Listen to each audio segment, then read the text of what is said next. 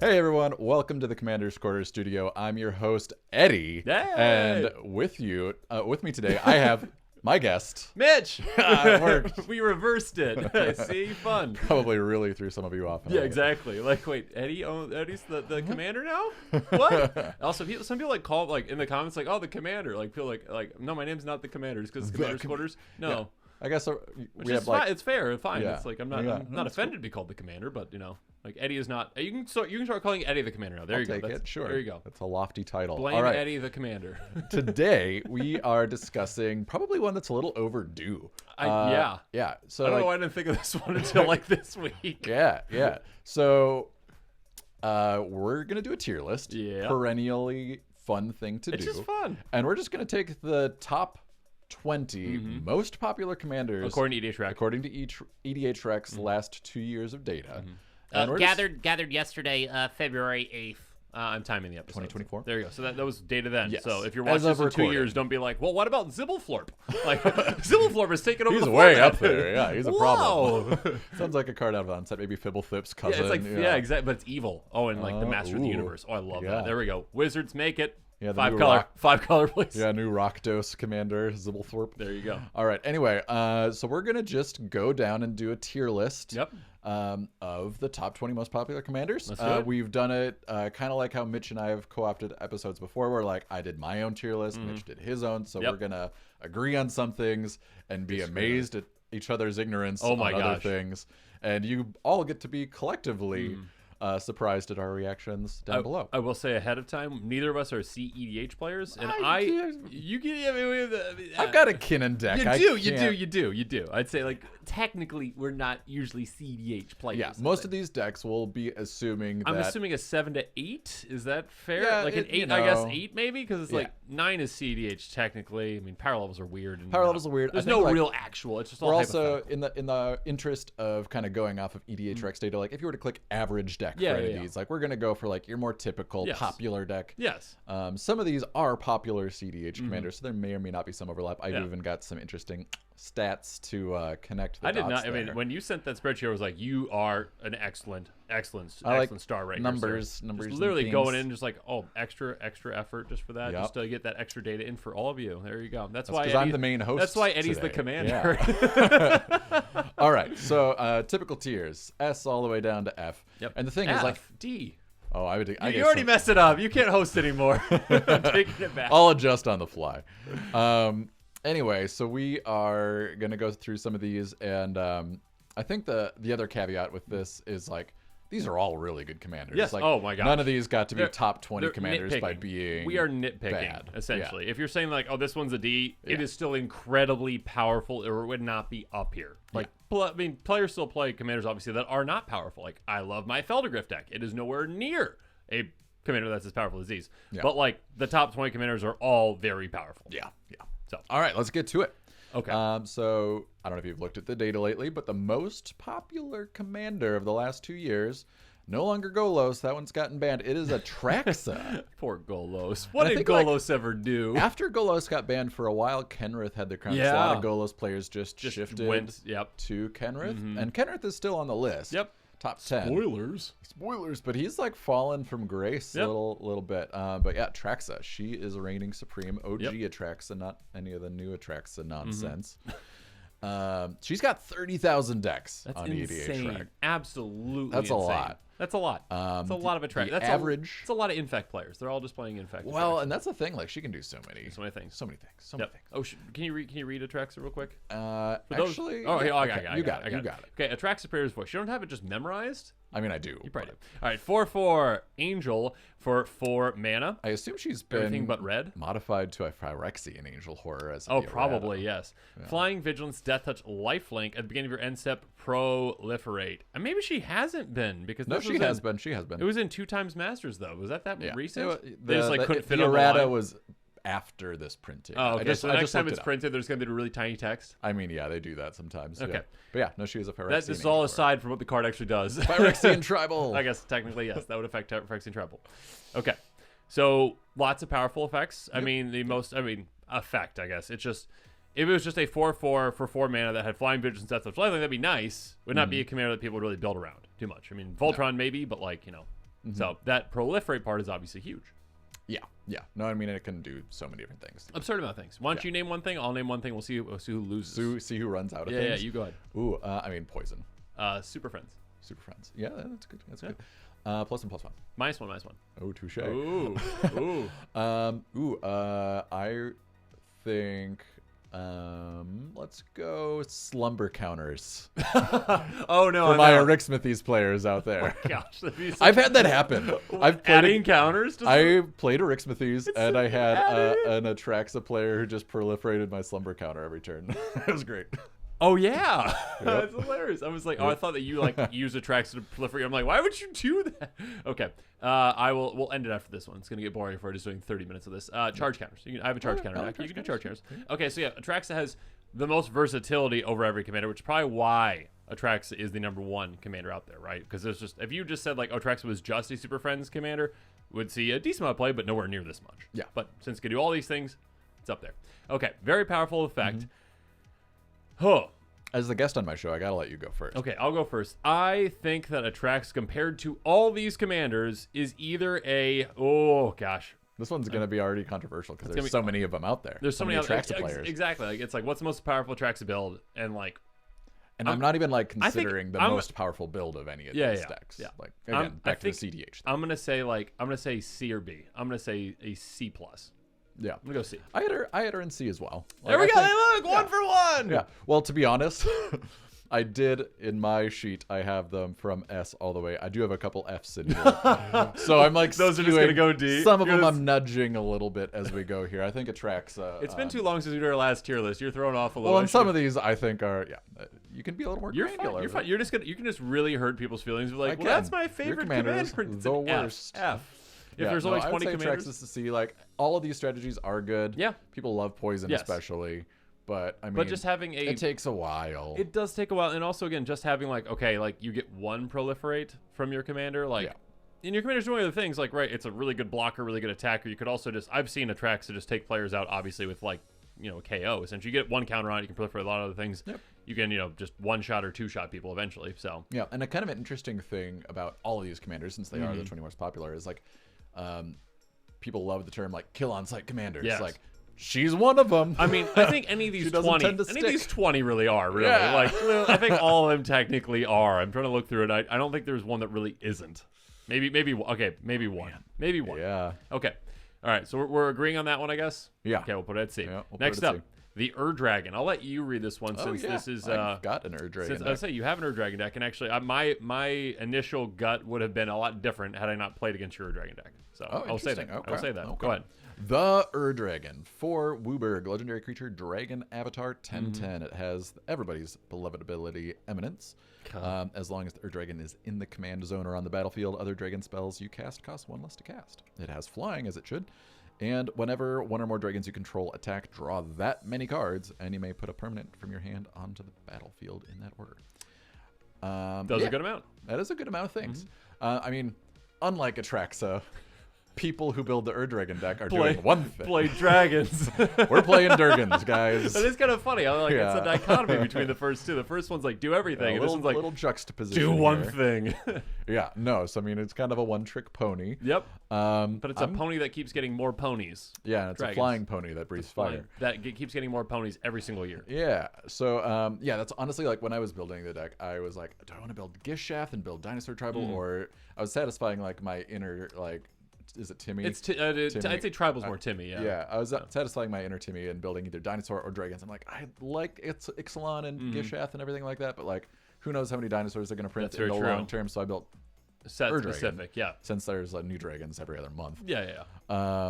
Every other month, you are insulting Hasbro on how much they are printing things. Yeah, it's every week. Day. Yeah. What's that? New cards already? All right, we're gonna cut this right now. We're gonna do a spoiler episode, okay? Yeah. No. So I have the Dragon. Like as much as I love him, and as many. I think the thing is like there's thousands of dragons out there at this point. Even shaving the mana value by 1 off of every one of those, you're still limited by being Dragon Tribal. Yep. And it's telegraphed. Yep. in my experience, like you can have crazy plays. Yo, though. you can like, absolutely again, go what's nuts. the one that like brings your commander in from the command zone immediately? Oh, yeah. I can picture Cost 6. it. You pay. You pay for 5. Whatever. It's like Hellkite Courser or something like that. Yeah, Hellkite Courser. There you go. 'Cause it kind of has. I know like, your deck better than you. horse Anyways, but yeah, but it is great. Like literally, so you can like have got that spiky down, and turns. then like you just hit that, and then you swung, and then you also put in like that one that literally just what's the one that like whenever you hit, I'm just messing up all the names. When like you hit opponents, you get that many treasures based on the damage. Like old Nabon. Yeah. Like turn like 4, you have like 25 treasures. Like gosh, oh yeah, okay. you can absolutely steamroll people. But at the same point, like again, kill on sight people are aware of what is happening. 100%. They see a 10-10 in the command zone, they're kind of scared. Like my experience, like it's better to slow play the Dragon. Don't be the threat because if you are the threat, people will never let go of you. 100%. And for that reason, like I love him. I love the deck. I'll keep playing it. But I think it's probably a hair below Atraxa. I think it is too, because again, you are limited. You are very specific. Yeah. It is, and this is kind of like again my gut feeling with anything tribal when comparing to just other commanders that it can be built in a multitude of ways that are specific in what they do. Yep. Tribal is just inherently slightly weaker because you are just limited to the card pool that is specific to that tribe, whether it's the creature or whether it's cards that affect that tribe. Yeah, essentially. Yeah. So I have it in D. I have it in D as well. Wow. Well, so again, like my gut, like. If we were in like an actual set and it wasn't just the top 20, Dragon compared to like the other commanders in that set or whatever would be up there. It'd still be pretty powerful. Oh yeah. But like not that I downplay like the power of Tribal X because it can be very powerful. Yep. But like I just didn't realize how powerful it could be. So again, compared to it's not weak, definitely not weak, but compared to these other ones, just the potential for them, they're a lot higher. They have got a lower ceiling, very high floor though. 100%. Okay, next up. Speaking of high ceilings, potentially, I don't want to spoil my pick. Isshin Two Heavens is 1, a 3/4 human samurai for 3 mana in Mardu. If a creature attacking causes a triggered ability permanent you control to trigger, that ability triggers additional time. Wizards loves doubling things. Yeah, and this guy just put Wolfgar in the grave. Do you remember Wolfgar? Yes! Wolfgar came out and everyone's like, "Yay, attack Harmonica!" Yeah. Oh gosh! Oh my god! What have we done? Yeah. Wolfgar is specific to your own things, and this is like now when anything attacks. Cool. Yeah. So like you can just double up like taxing effects. Yeah. Well, taxing effects, or like also what's the what's the curse of that? No, that's the crow one. Whatever that is. Yeah, the crows. The Ravens. Yeah, the Ravens. Revenge Ravens. Ravens, thank you. Gosh, thank you for getting me there. And not crows at all. I'm very sorry out there, crows. Ravens. But yeah, basically an attack Harmonicon, a pure attack Harmonicon commander at 3 mana. Okay. Yeah, very good. Do you want me to go first on this where I put it? Yeah, it's your turn. Okay, there are a surprising number. Again, like when this commander first came out, it's like, oh, okay, that's gonna be powerful. But then you just like look up like how many things this doubles and like what it can double. It's absurd. And also there's just like you have an absurd amount of extra combat spells as well too, so it's just like you can very easily do that. There's also creatures that trigger and give you extra combats essentially while swinging, so it's just like you get double that. Yeah. I mean, I'm maybe gonna do it too early on this one, but I think that's up. Oh gosh, I think I'm gonna go with A with that one. My gut says A. All right. What you got? What you got? You know, I think I honestly just haven't played against it enough, so I don't have as much respect for Isshin as I probably should. If you have it in D, I'm going to be upset. No, I don't have it in D. I put him in C as well. Okay. Right along Atraxa. I think... I was thinking of an A- B+. So I think he's very good. I can settle for a B if you're willing to go with that. You know, I think that's fine. I'm going to admit some ignorance here. It's fine. I played against a couple Isshin decks, and they have very quickly done things. Yeah, I think like if you allow them to snowball, they will snowball, but they're like and again, a little it just glass takes like cannony, but not that. Yeah, 100%. Not as bad as some. It does take just like one extra combat spell. Like, okay, this game's over. Like, Just if you allow it to get rolling, it will be inevitable. Yep. So I think very good. I think like it's also some of the other stats I pulled were like the average cost of each deck and the percentage of the built decks that include Mana Crypt is kind of like getting an idea of like, okay, if you're playing Mana Crypt, you're probably more of a CDH commander than just purely casual. And so I'll kind of mention some of the highest. Yeah. I will at some point in the episode, Mitch editing, remember to put this in there. I'll just like clip your screenshot of that to show kind of which commanders. Maybe at the end we can just like cover that and just show like which ones do it. But what spoiler, what is Isshin? To Isshin's credit, he's one of the cheapest commanders. I would assume that actually because again, Mana Crypt's not going to help number one. Yes, one of the lowest on Mana Crypt too. Only because just under 7%. I guess it helps with other spells. It's not going to help you get. It's always a good card. That doesn't help you get on Isshin. Yeah, but yes. Also, there's a lot of things out there that can double up. Yeah. So also, for example, Dragon was at $900. Well, Dragon itself's like, it used to be like $80 itself. Yeah, plus the mana base for 5 color decks. Well, You'll notice that. On budget, you can do 5 color decks very easily. But most people are not Mitch. Whereas Isshin comes in at $287 for the average deck. So like still like pretty penny, but not more not expensive as pretty than as any deck I've ever built. Yes. So Isshin, a very strong card. Let's keep it moving. Moving on. Lathril. All right. D tier. Got it. Ooh, ouch. Tribal. It's tribal. Lathril, Blade of Elves. 2 green. I'll move it black. back until we discuss. Go ahead. Legendary creature, Elf Noble, a Menache 2/3 when it attacks. When it deals Did you say Menache? Menache. It's got menace. I love it. Create that many Elf Warrior creature tokens equal to the amount of damage that Lathril's dealt. Tap her and tap 10 untapped elves you control. Each opponent loses 10 life. You gain 10 life. It is tribal. Yep. But I mean, elves are such a deep well to draw from. I agree. Dragons are getting to that point too, where they've got. I mean, I don't think they've got the elf resources, but they've got. They're up there. And I think another thing is, as decks get tuned, their mana value tends to lower, and elves are inherently low. They're inherently low. Like once you optimize and get all those incredibly efficient elves, you Priest of Titania at 2 mana, and you're like, there's a reason it's called Elf Ball. Yeah. Is you just create this snowball elf ball effect that it just crushes opponents. And I think Lathril's like very good. Like, oh yeah. If I didn't already have my Reese deck, I probably would have built Lathril. I put her at a B. Oh, I think she's stronger in general. All right, my just inherent just like tribal decks. I guess and here's my thing. I've only played against one Lathril deck. I've not played against multiple. And it did not perform in that way. It was not built in that way. So yeah, maybe I'm just being I'm just downranking it because it is tribal. I would say that I would think that elves, yes, you have more potential because of the lower mana value than dragons. So I would say C personally, but I mean, I think another thing is like the ceiling on Lathril's pretty high. Like you can like a Seedborn Muse, like you can do that 10 life loss thing every single round. 10 elves takes a long time to get. No, it doesn't. No, it doesn't at all. Black Flavor Forge. All right, Eddie, I'll let you take this one. We're just gonna say whoever just starts the discussion on the card gets to pick the final spot for it. Okay, so you have said B. Yep. Is that okay? I do. So and she's not gonna be on the top for very long, I don't think. The next card's pretty brutal. Oh yeah. Okay. Miirym Sentinel Worm. So this that just destroyed my entire tribal thing on that. Yeah. I guess. Whoops. Okay, yep, kind of forgot about that. All right, so here we go. A 6/6 Dragon Spirit for 6 mana. Oh goodness, here we go. And Teamer. I don't know why I just messed up on Teamer. Flying Ward 2, because Wizards throws Ward on everything. Whenever another non-token dragon enters the battlefield under your control, create a token that's a copy of it, except the token isn't legendary if the dragon is legendary. This is an absurd card. What are they doing? Absurd. What are they doing? I basically produced an episode a month or two ago about the craziest card of 2023, Roaming Throne. Yep. Roaming Throne and Miirym are like best buds. They're like, yeah, this is great. Everything. Oh, everything has Ward a billion and makes a bazillion dragons. Yep, because it's a dragon, so you get a double dragon, and then remember Double Dragon? Did you ever watch that show? I've heard of it. I haven't watched it. Okay, it was a cartoon from a long time ago. I don't know if it was good or not. I don't remember. I was a kid. Yeah, this is good. Okay, I take back my tribal statements. But I mean, like, I forgot about this commander. I forgot about this. Miirym is an absurd card. Yes, this is an absurd card. This is a card that says, you know what, everything you do, you double it. And you know those things that are legendary that you shouldn't be able to double, you double them too. Oh, then by the way, just like populate things, and then you just get even more of them. Like have 15 Mizzets in play. Yeah, it's. I would say stronger than the Dragon. Like as an Dragon player, like I recognize it. It is definitely stronger than stronger. I should change it to a Miirym deck. I just don't because of sentimental value. Yep. And I like which is kind of funny because again, you're literally cutting out.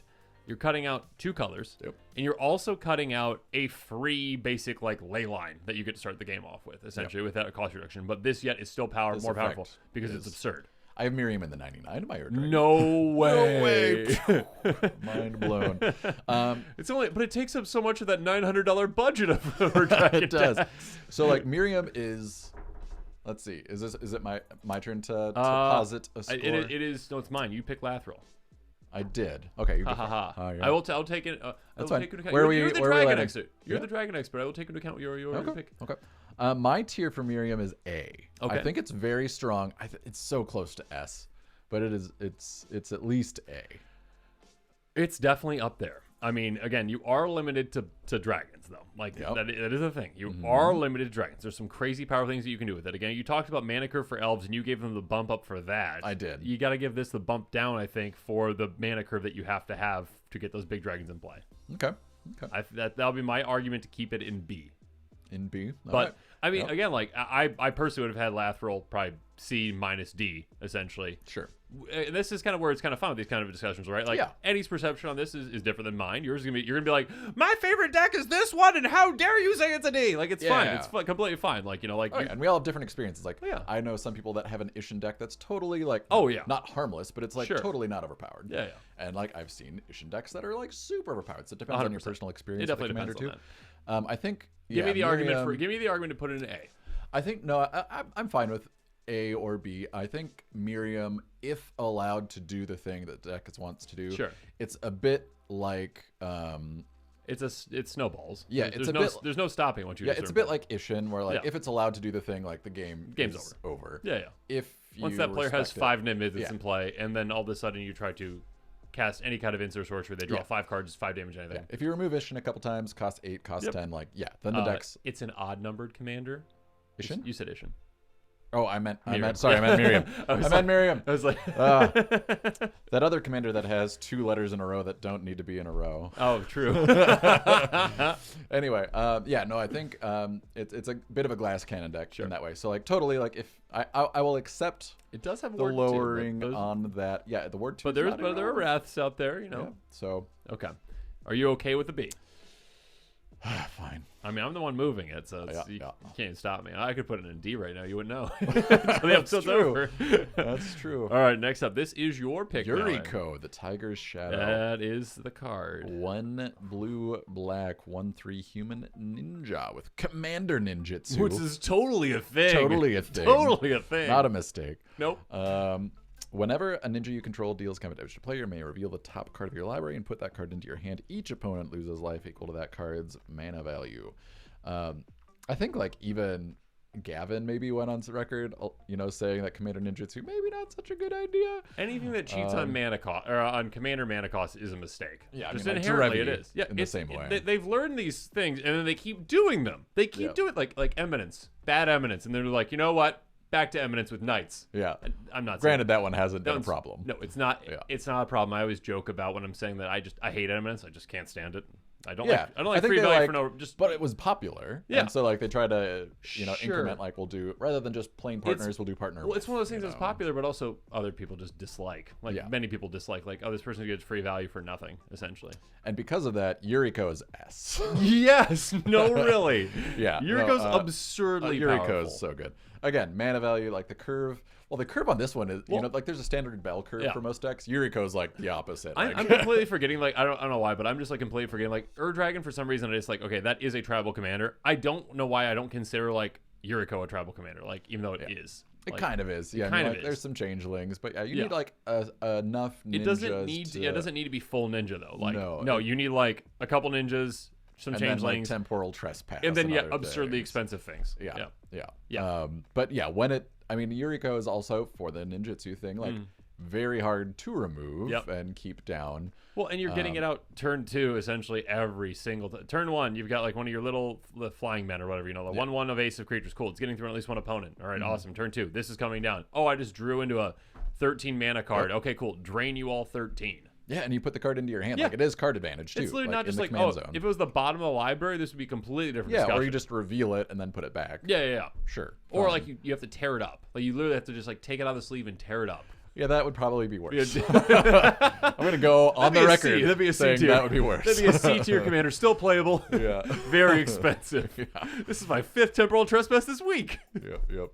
That's a statement you're making at that point. I agree, though. I would have Yuriko up there. Yeah, it's an absurdly powerful commander. Yeah, if you haven't played against it. Well, and again, like, the thing is, like, it's hard to stop because, like, you can't make it so the commander can't come back. There is nothing you can do. I mean, I guess you like Dark's Mutation. Like, you need other ways. Like bounce it back to players. The hand doesn't mean. I mean, actually, does the hand work? from your hand or the command zone. Yeah, it does work. So yeah, it gives you both. Yeah, you get both.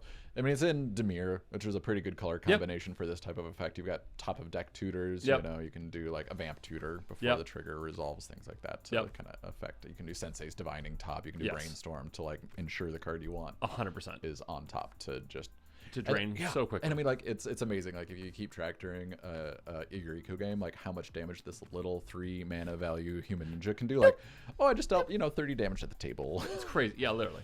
Yeah. Like it's only hitting for 1. It's fine. Yeah. It's fine. Yeah. All right. Next up, Kenrith, the Return King, a 5/5 human noble. I'm since interested in Minachi, I'm gonna say noble now. For 4 and a white. Pay a red. I got all the text. All creatures gain trample and haste till end turn. Pay 1 and a green. Counter on target creature. Pay 2 and a white. Target player gains 5 life. Pay 3 and a blue. Target player draws a card. Pay 4 and a black. Put target creature card from a graveyard on the battlefield under its owner's control. So this is just a group hug commander, and it's fine, right? Yeah, that's what people do. Yeah, no. I thought about building it that way for like 5 seconds. Yeah, I didn't build it that way. Yeah. So this is a commander that has every ability in the book, essentially. None of them you have to tap for. Like, if you you make infinite mana, you get to do all the things. If you make infinite mana, you win. Yeah. You literally, because all you have to do is you can just draw mill. your deck. You don't have to draw your deck. You just make your opponent's. You make draw your the opponent's deck. You don't even have to draw your own deck to win. Yeah. Also, there's just combos that work with that getting creatures out of the graveyard, whatever that one. Crap, I can't remember what it is. Dockside Extortionist.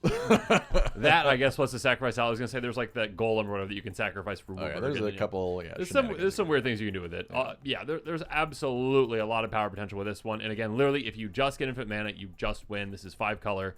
Yeah. I guess, in this is where kind of the debate is, I guess. Sure. Like, I have it in S tier. I do too. Okay, good. Because, like, again, like, I do say, like, oh, infinite mana, but some people are like, oh, but like infinite combos aren't casual. It's like, it depends on the group. It depends on, I'd say, like, again, like a Kenrith deck that is playing in, say, our group might have an infinite mana combo in it, but it's not like turn 2. Like, yeah.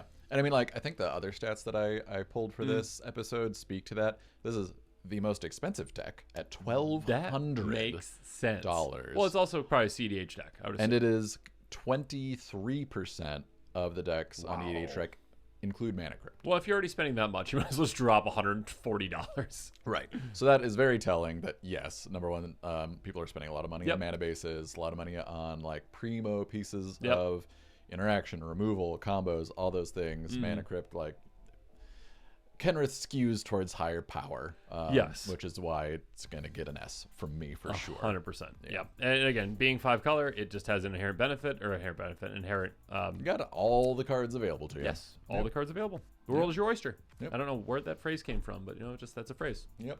Why is the world an oyster? Likes oysters. Don't know. Okay. Anyways, next up, Wilhelt the Rotcleaver. This is yours. Yeah, Wilhelt.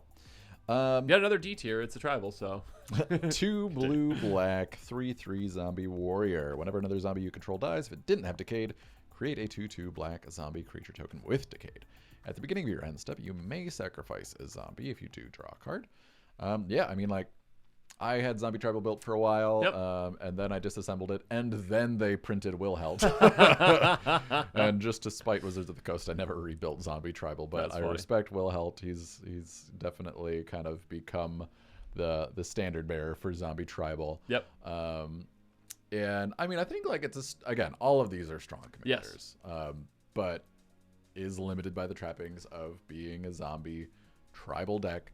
Doesn't have the same payoffs that like Yuriko is going to have access to end the game. I had in my old system Wilhelt as an F, but we'll bump him up to D. I would have it in D as well. So Again, can be built very strong. But technically, so technically when I was doing these, I did have most of these that were tribal. Like in my head, again, I think Wilhelt is a tribal commander. I don't know why I don't think Yuriko is. Like, it's because it's kind of like it's trying to do other things. Yeah, it's trying to do other things. Like in Miirym, I also think that I don't know why I don't think tribal is like a means to an end, and the end is what's killing you. Exactly. Not the means. I don't know why. So again, earlier I was like, all the tribals are Ds, and I'm like, I completely forgot that like a lot of these are tribal, and many of them are very good. But like again, Yuriko is like kind of like ninja adjacent. That's like the secondary theme. Yeah, exactly. Okay. But yeah, Wilhelt is also notable in that along with Lathril are the 2 cheapest decks of them all. That makes just sense. over 200, and also very low rates of mana crypts. So that's why we brought the commander in here for the stats. Yep. So I think that will just corroborate and improve our rating for D tier for Wilhelt. There Sorry, you buddy. go. Sorry, bud. Just if there was a space lower, Wilhelt, you'd be going there. Yeah, you'd be failing, dude. Next up, Edgar Markov. Yet another commander. I'm like, oh yeah, I forgot that's Vampire Tribal. Oh, yeah. 4/4 Vampire Knight for 6 mana and Mardu. Regretting my earlier thoughts on Tribal. Eminence. Whenever you cast a vampire spell, if it's in the command zone or on the battlefield, create a 1/1 black vampire creature token. First strike haste. Whenever attacks, you get a counter on each vampire you control. Eminence. Good Gross. ability. Good ability. Gross.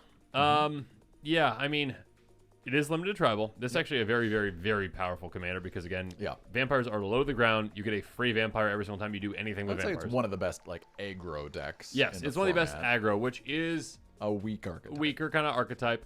I would say that this is above, to me, and maybe we'll disagree on this. I would say this is a C tier. This is above, like, an Ur-Dragon and its power potential because it is lower curve. Yep. It can get up there quicker. It can take out a couple opponents. It might not finish up the game, though. But yeah, it might. I agree with that assessment. I don't think I need to be too Depends on the combative level, I here.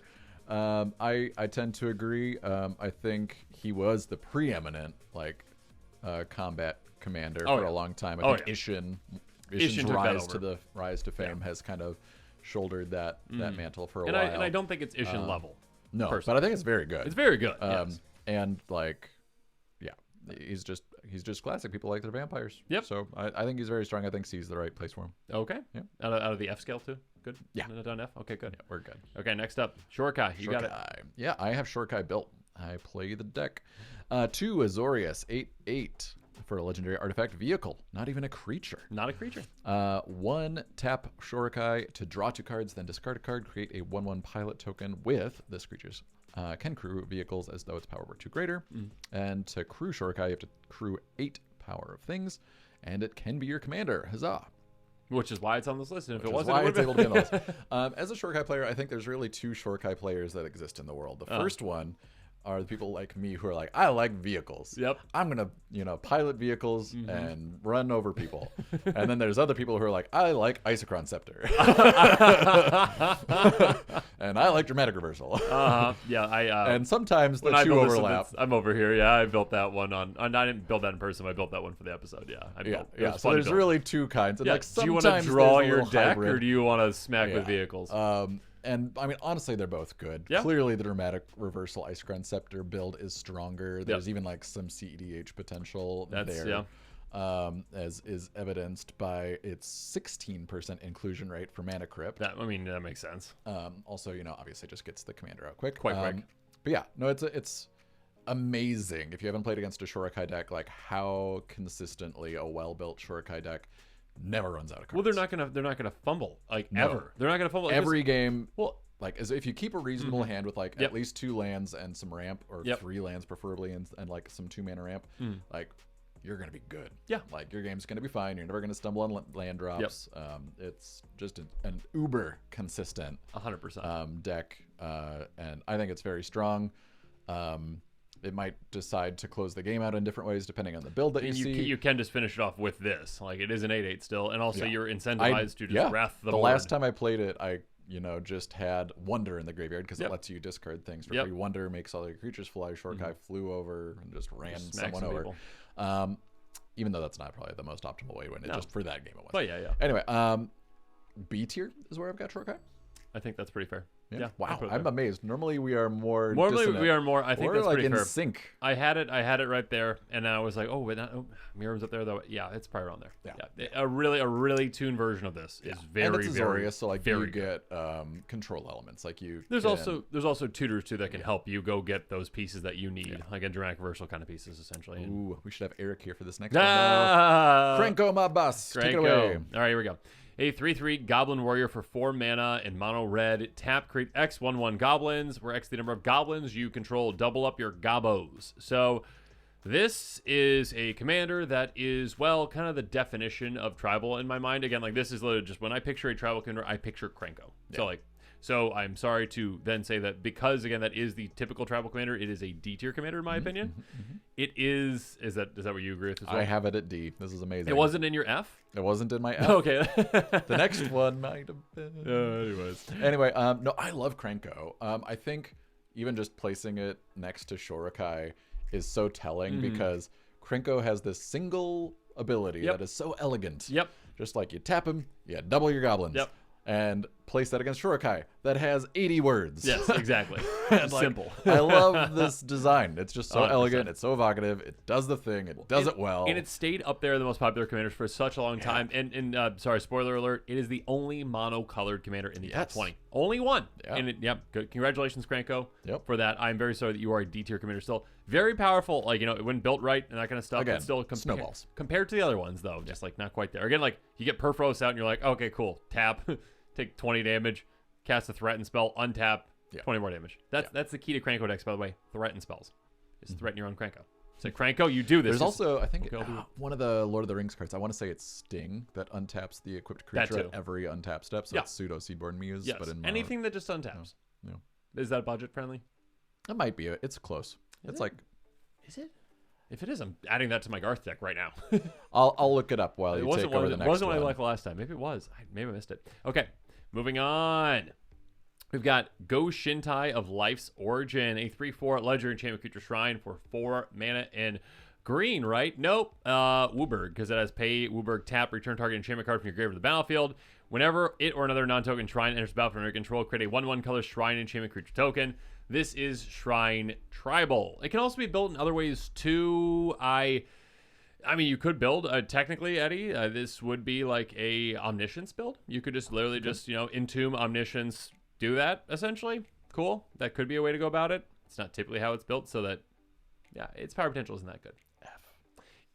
It's limited to Shrine Tribal. It's Shrine Tribal basically. Yeah. No, it's good. I mean, it's 5 colors, so like you could optimize it, but then you're going to be shying away from what the card is trying to get you to do in pursuit of, know. And again, even with my Omniscient build, right, you could literally you have to still get it into play. Either give it haste and activate it right away, or hope you survive a turn to then activate.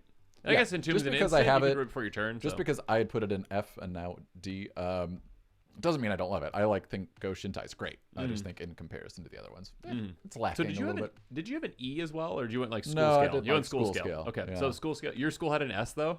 Like I got an A+ in my paper. I did. I got an S. By the way, to rewind, Sting the Glinting Dagger for Krenko players out there. It is 90 cents. Ooh, yeah. Yes. Yeah. Okay. So at the beginning of each combat, untap equipped creature. Yeah. So Krenko and Garth players around rejoice. Rejoice. And Shorikai can't use it though, actually, because it would just fall off every time. Yeah, not great. Not good that. Wait, unless you get like there's other instant ways. speed equip. We're fine. Don't worry. Yeah. Don't feel bad for Shorikai. We've got Unwinding Clock. Feel bad for Go-shintai. We'll be all right. Yeah. Go-shintai is a fun deck. It's a very fun deck, but you're limited to shrines. There's not that many shrines out there. Maybe like as the years go on, like wow, we've got 1,000 shrines to pick from now. Then maybe. Okay, moving on. Why don't you read this one? If you Gishath, Sun's Avatar. The other one I was going to build, but didn't. The one that what the path one that would your life would have taken? Yeah. Exactly. Oh. Always the bridesmaid, never the bride. Gishath.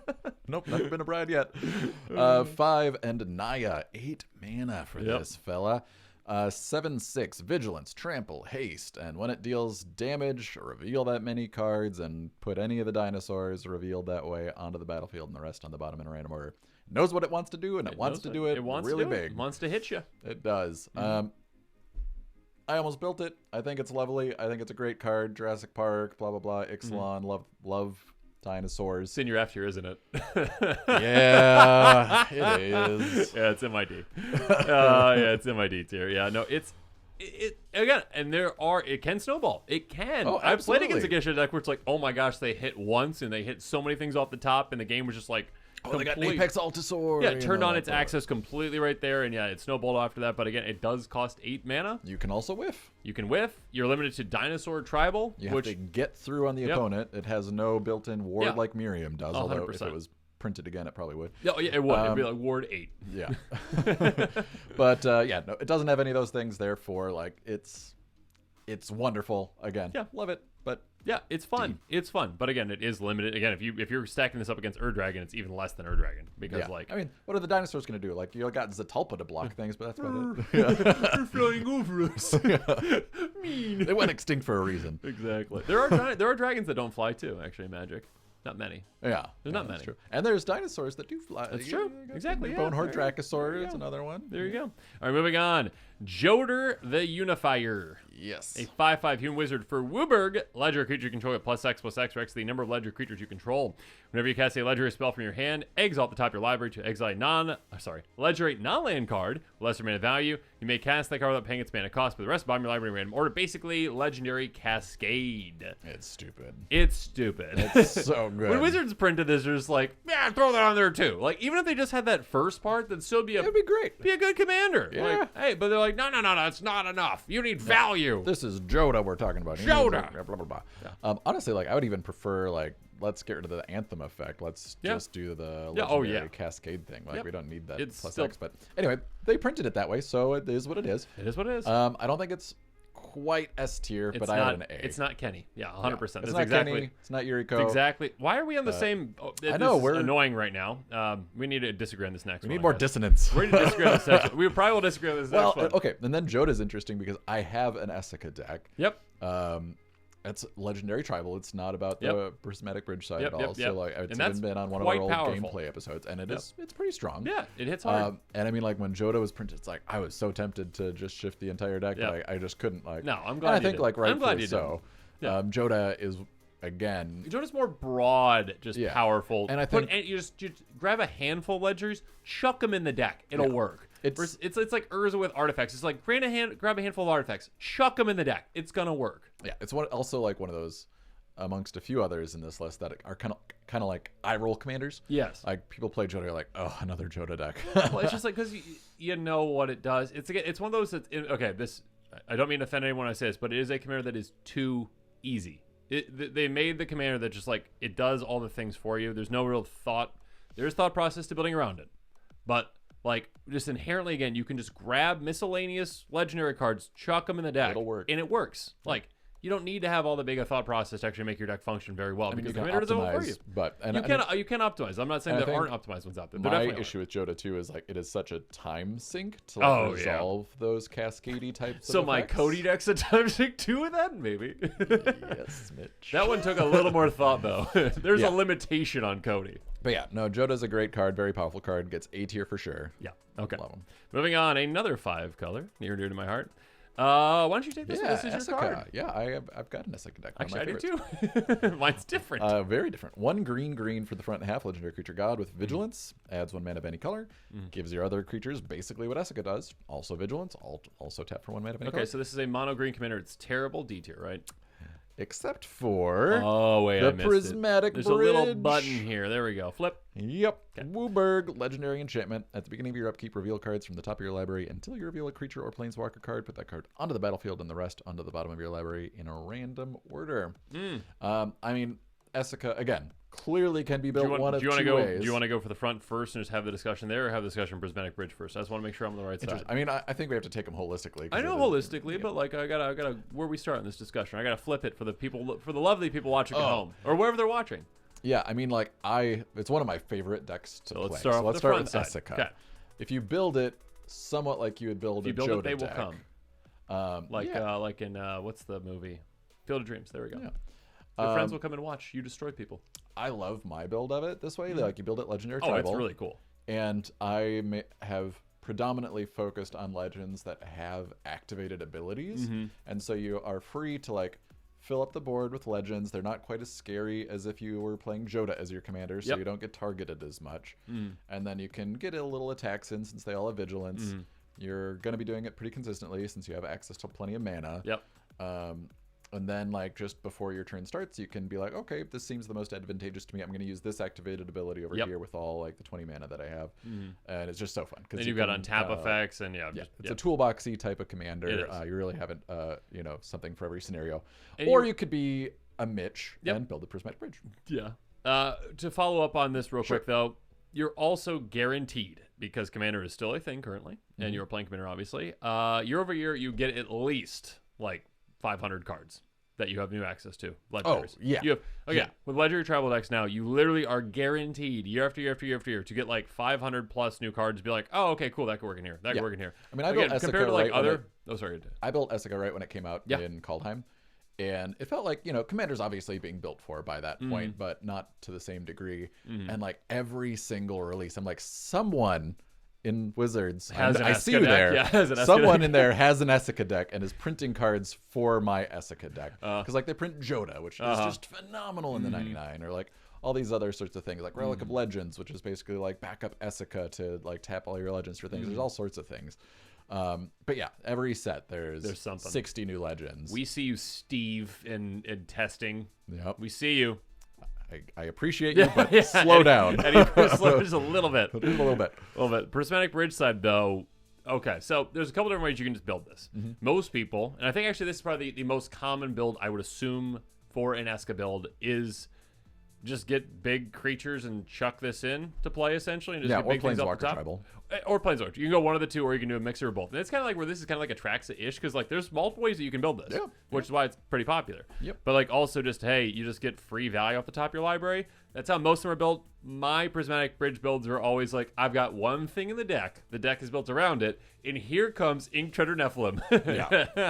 And you all lose because Ink Treader Nephilim's in play. It's a great commander to have, like a hidden commander. Yeah, 100%. It's like the go-to for that. One that is not legendary, which should be legendary.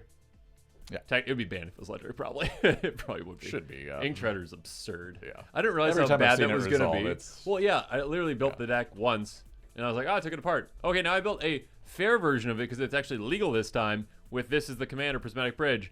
Not fair. I played it once. 6. I remember that game. It played was a it great once. game. I loved it. You should have kept it. I still have it. Oh, I good. still have it. I just don't play it. Like, Yeah, we should play it again. I'll play it again. But Let's like, play it literally, tonight. if it gets out, there's no stopping it. There's literally no stopping it. So there's a couple different ways you can build it. Okay, we're kind of getting off the point. Yeah. Where are you at? Actually, my pick. I think it's my pick. Actually, Yeah, you go for it. What do you got? I think it's not Jodah level. No. I think I'm gonna go B. I'm gonna go B. Okay, I put it at C. Okay. Yeah.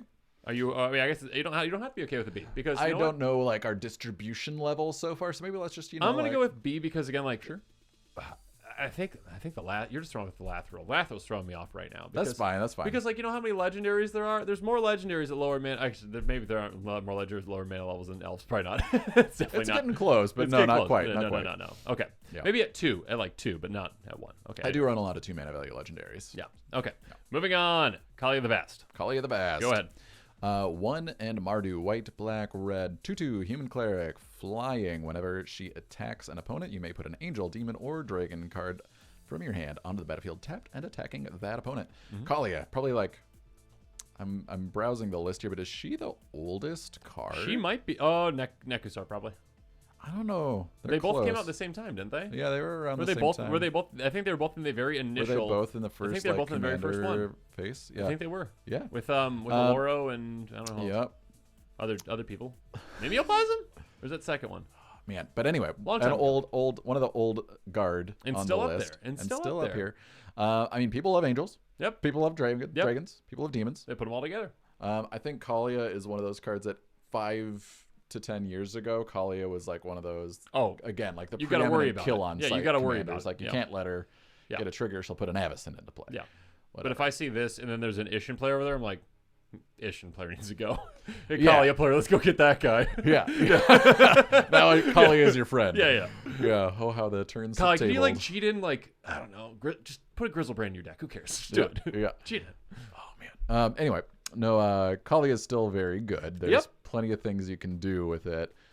Needs to be respected. Yep. But again, you like, disrespect it with an F. I put her in the F tier. Knew it. Yeah, I was a D. Yeah. I mean, I think like again, coming back to the glass cannon argument, if allowed to do her thing, she can do it strong. She can snowball. Blah, Turn blah, blah, 5, blah, you're blah. gonna see pop you out. can You could pop pop off. out a Nerd Dragon like you just really did. No, you can't, because Ur Dragon's 5 color. Oh yeah, you can't. I forgot about that. But Brain's you over. can do a lot of other very big It's just things. not Ur Dragon. Iona. Oh wait, no, that's banned. I mean, you could do Villas. Avacyn. You could do Done. Avacyn. Avacyn. Over. Game over. Yeah. Yeah.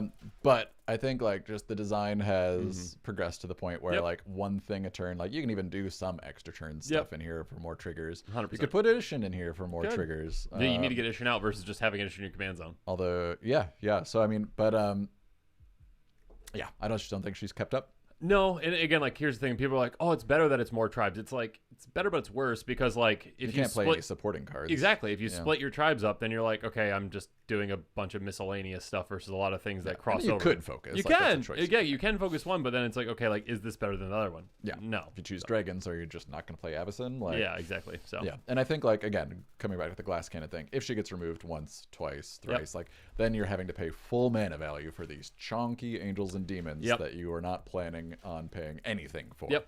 So. Okay. This next one I do need some help on. I am very conflicted on where to put it. Okay. Prosper. Okay. A 1/4 Tiefling Warlock with Death Touch for 4 mana in Rakdos. At the beginning of your end step, exile the top card of your library until the end of next turn and play a card. Impulse draw. Whenever you play a card from exile, create a treasure token. Any single time you see the words create treasure token, that is inherently good. Yeah. Here's the thing. Most Prosper decks I've played against have been basically the precon. So Really? like, Okay. yeah, mostly the precon, Okay. maybe some adjustments. So like, I think that my initial thought for Prosper was like lower on the power rankings just because of that. But like when it comes to how many impulse draw cards Wizards is putting out these days and just what you can do with design treasures. space that they are And continuing to expand. They just made that goblin for whatever reason that gives you extra mana. Oh, Why? the novelist? Oh, it's Yeah. an uncommon. What are you doing, It's Wizards? like a $4 uncommon. You're insane. Like, no, we know what you're doing. Yeah, I think that again, my initial thought with Prosper, I was putting this together, I was like, oh, it's a D tier commander, because like, well, it's not. No, I didn't keep it there. Okay. And so, Good. I mean, Good. maybe you did. I did not No. keep it there because again, I've only played against like the pre-con version, and if you're playing a pre-con version against all these other commanders with like their best You're gonna have a builds, bad time. Yeah, you're gonna have a bad time. Yeah. B, I'd say, is my gut now. All right. Yeah, no, I think some of the data bears out your judgment. On the cheaper side, under 300 at 290. It's an expensive pre-con. It's an expensive pre-con. But like compared get there to, someday. I mean, like for example, Kaalia is $600. Yep. Esika's $900. I think you said Kenny was like 1.2. Kenny was 1.2. Yep. Million dollars. Million dollars. need Prosper one to does run run Mana Crypt more than some at 13%. Yep. Because I think, again, like given that most decks are in the 200 to 300 range, you're going to see a lot of that pre-con type of Prosper. Yep. But you can optimize it to be very yeah. good. Like it's not a meta CDH card, but it had like a little flash in the pan in the you CDH have access to black. scene. You've got tutors. You've got Dockside It's also Extortionist, based. You have you've got- Dockside. This is also just basically like a ritual effect for your cards too, in a way. Yeah. And like you said, there's continually expanding Yeah. on what Prosper does. Prosper was like one of the vanguard of like treasure tokens. Let's play around with this design space. So they didn't really know what the balancing was appropriate on that yet. Or how And much I don't think impulse he's draw we're getting these absurd. days too, which is still nice. But Yeah. So I think he's good. I had him at A. Okay. I think B is acceptable. it's your pick. It is. Oh no, it's my pick. Is it my? It is my pick. It's my pick. You get to decide. Do you think Prosper's up to? I will let you. Have you played against like a tuned Prosper deck? I have. Okay. It's very And good. It was very good. Yeah. Is it like up to you? And you'd say it's up to like Jodah. Man. So it's tough when you get to like we need that F tier. We do. We do. We should put it on there. Yeah. No, I think I mean, okay, is it above? is so okay, deck dependent. Is it 'cause, above? Like, there is it such above? a spectrum of True. of decks. Is it Yeah. above Isshin, Lathril, Miirym, Ooh. Shorikai, When you say and, it that way, no. and yours? So yeah, I think then it's a B. Like I think if Jodah's above those, I think Jodah's above Prosper still. Yeah. I think I don't know. I tend to agree. It's up to the. Oh, actually, no. This is my pick. It's not up to you. No, it's not up to me. I will put in the B and I will Blame end the Mitch. discussion. Blame Mitch. Blame Mitch, the non-commander. All right. Let's see. Next up. Korvold, Yeah. fae-cursed king. Yeah, I built Korvold for a You get for to a handle this minute. one too. It's kind of funny how it's actually matched up every other, and you've Yeah. gotten some of your commanders. 2 black, red, green, Jundy boy, Dragon Noble. Noble. 4/4 flyer. He looks like he can fly, but he prefers sitting. Hey, why would if you could fly? Why would you have a castle that has a roof? I mean, Like, just to you flaunt. can't fly like- out. Yeah, he doesn't what need if to. you're What's attacked? he gonna be afraid of? He's What a if you're giant dragon man. attacked? Why don't you have like an And escape? he attacks back. You have like a door up. Like you could just have a. If you could fly, would you have a door in the ceiling to get out? That'd be pretty cool. Yeah. Wouldn't you just have like a big door up there, like a? Yeah, maybe. There you go. You just hits like a garage door button, it just opens. I mean, It's like that's wait a second. part of Korvold's thing is he'll sacrifice it. He'll just break the ceiling. Yeah, just break this. He'll draw a That's true. card and put There a you counter on himself. For Okay. it. Whenever he enters the battlefield or attacks, Oh, because it needs both. yes, sacrifice another permanent. Whenever this, I mean, that's pretty good. Yeah. Because it enables itself. Yeah. But this last sentence says, whenever you sacrifice a permanent, put a +1/+1 in Korvold and draw a card. It doesn't need both, and it doesn't need one of them. I mean, like again, like bah. Bah. This again is just one of those where like Wizards just like They went too far. They needed to sell the Brawl decks. Yeah. Oh, that's a good point. This and Tulane. Yep. This and Tulane and Arcane Signet, man. Yep. But no, I mean, like, what triggers that last thing? Treasures. What also triggers that last thing? Lands. It could have said whenever you sacrificed a non-land, non-token permanent. Yep. It might be a reasonable card. It would have been a lower power. It would still be pretty powerful. I don't think anyone would have been surprised at that. It would have been like, yeah, it makes sense. Yeah, sure. But they took off either of those things. Yeah. And like, I built it as a lands matter deck. It's gross. And I took it apart. Like, it was very strong. Won lots of games. Very strong. It took so much game time to like search my library for lands. Yep. Draw all the cards. You can't shortcut because you need to shuffle before you can draw the card. Yep. And it's obnoxiously powerful. It's obnoxious. Well, and again, literally just like, again, the win con is just also built on the commander. Yeah, you can just one-shot players. You can just one-shot players so easily, and it's like it didn't need the counters on it. Like even if it wouldn't be a lot less powerful, but it would be less powerful if it wasn't just also just a win condition in the command zone. And it is. No. There's very little holding this back. No. Very little. I mean, I could see an argument for A or S. I don't think anything below A is going to fly. I had S. Yeah, I had it at S too. This is I'm gonna be honest. This is the one that immediately, when it came to my mind for like most popular commanders out there that are S tier, that was the first one. Because I think yeah, that's fair. So I guess Kenny up there too, but yeah. I think Kenny and Yuriko are probably the tippy top. You think they're slightly above that? Yeah, Korvold can do like Korvold's above Jodah though. I think right. It's got to be. It can do like food chain shenanigans. Yep. So. Yep. Yeah.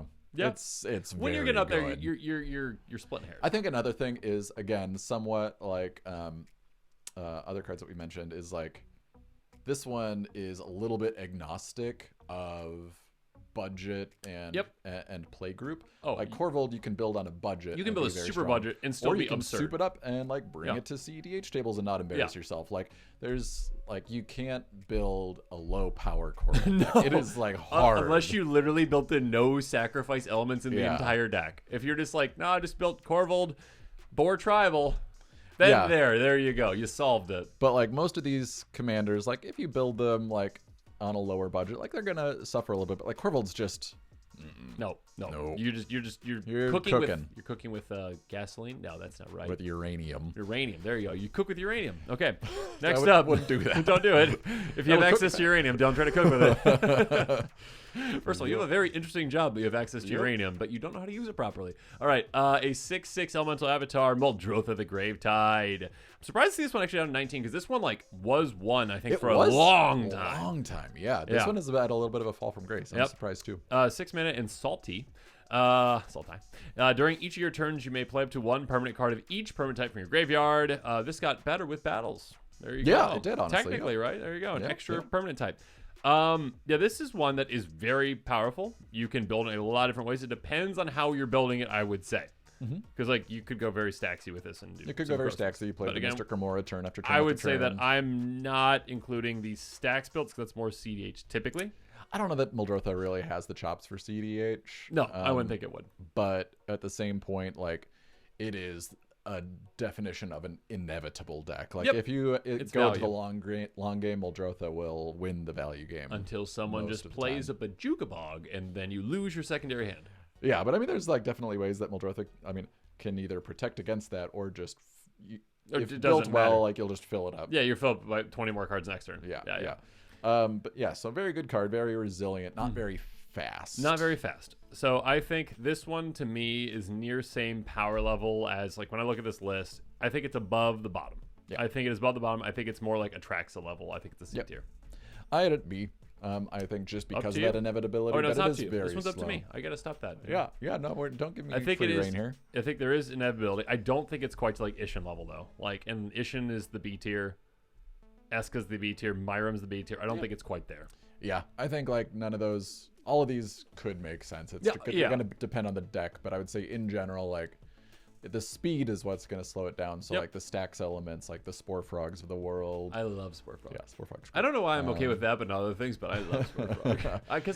Maybe because I played Turbo Fog. That would explain it. Yeah, you are a terrible person. All right. What? Excuse me. Who's more terrible? I spent $20 for my deck. I was playing against John like $1,000+ All right, playing Liliana's. Who's terrible? All right, come on. Yeah. Not saying that's a terrible person. I'm just saying No, that I think I'm just Muldrotha, trying to compete with a $1,000 deck with my little fogs in a Yeah, very this one- annoying strategy.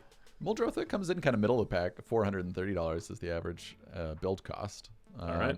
So I would say, yeah, either B or A. I'm not going to be offended. You either said way. A? No, B or C. Oh, I was Sorry, like, you said C. what? You I went the other way. You went the other way. Other Okay. way. All B or right. C I did is throw fine. it in C because it was my Yep. pick. This last one is your pick, though. So you can put whatever you want. Nekusar, one of the other old Vanguard. Yep. 2 and Grixis. I think our first Grixis commander. Blue, red, and black for a zombie wizard. 2/4. At the beginning of each player's draw step, that player draws an additional card. You're welcome. It's group hug. Yay! It's group hug. Whenever an opponent draws a card, Nekusar, the Mind Razor deals 1 damage to that player. It's Boo. not group hug. It's not group hug.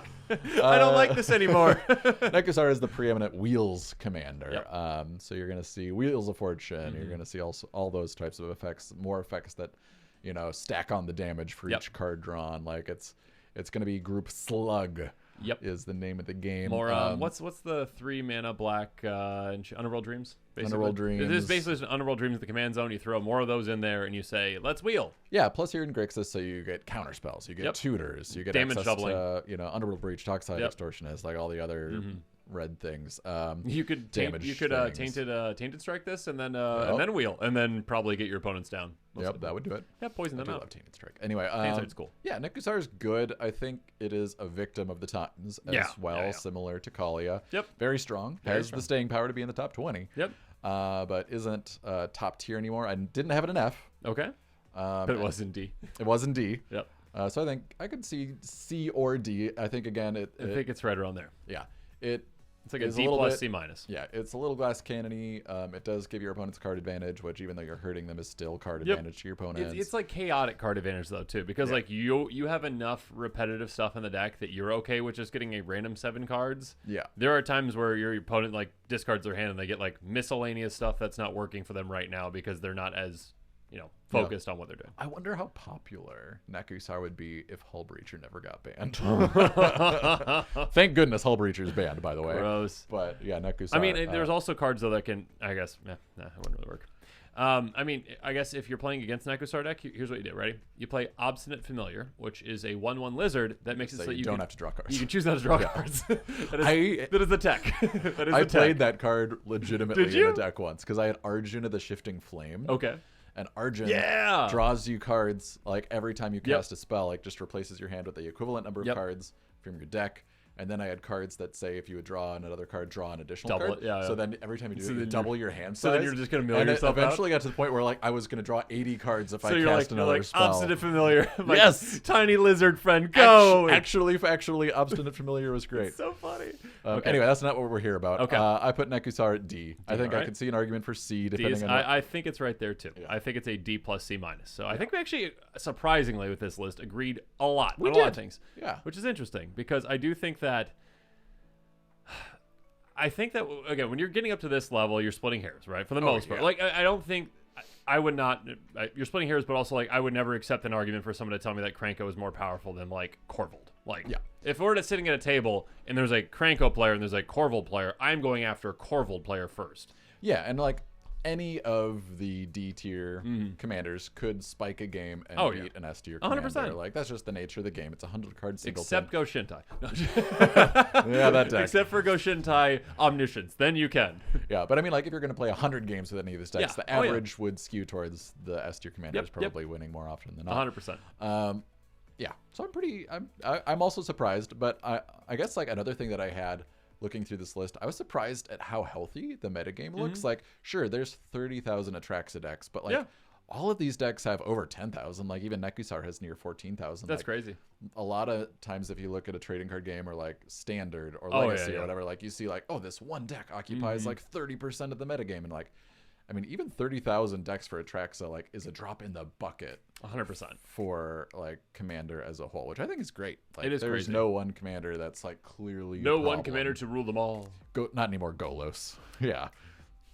Which what Golos players are out there? I still have a Golos deck. You can't take them away from me. Well, your Golos deck is Upside Down Tribal, which just got a lot better actually. Yeah, I haven't gotten those Cloaking. cards yet. Yeah. Ooh. Anyway, cool. All right, yeah, I think overall I'm pretty happy with the list. We end up with I don't know if you saw our final. We'll see it later, but we have 3 in the S. Okay. We have Yuriko, Kenrith, Korvold. Yep.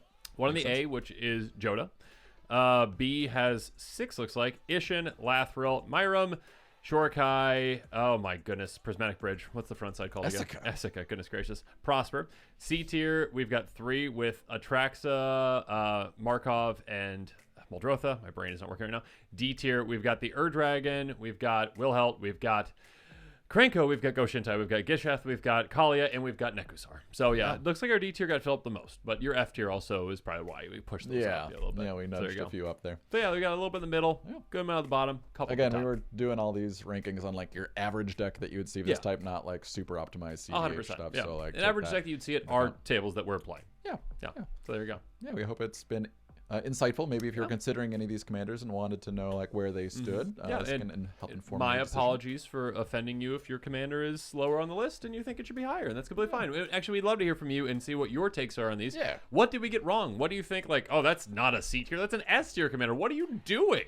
Yeah. What do you think we got wrong? What do you think we got right? What is your favorite commander out there? Is it one of these top commanders? Yeah, be sure to blame Mitch in the comments below. Blame Eddie as well. Thanks for joining me on my show. yeah. Let's blame Mitch. Yeah. I'm on your show. Yes. Oh, thank you so much, Eddie, for having me. You're very welcome. Maybe I'll have you on again sometime. Oh, that'd be great. That'd be great. Okay. Yeah. Well, thanks again for joining us. Say hi to your dog Bentley for me, okay? I'll do that. Alrighty. Well, go ahead. You have to close it. Thanks for joining me, Mitch. Yeah, you're welcome. Thanks as well for joining us, and have a good one.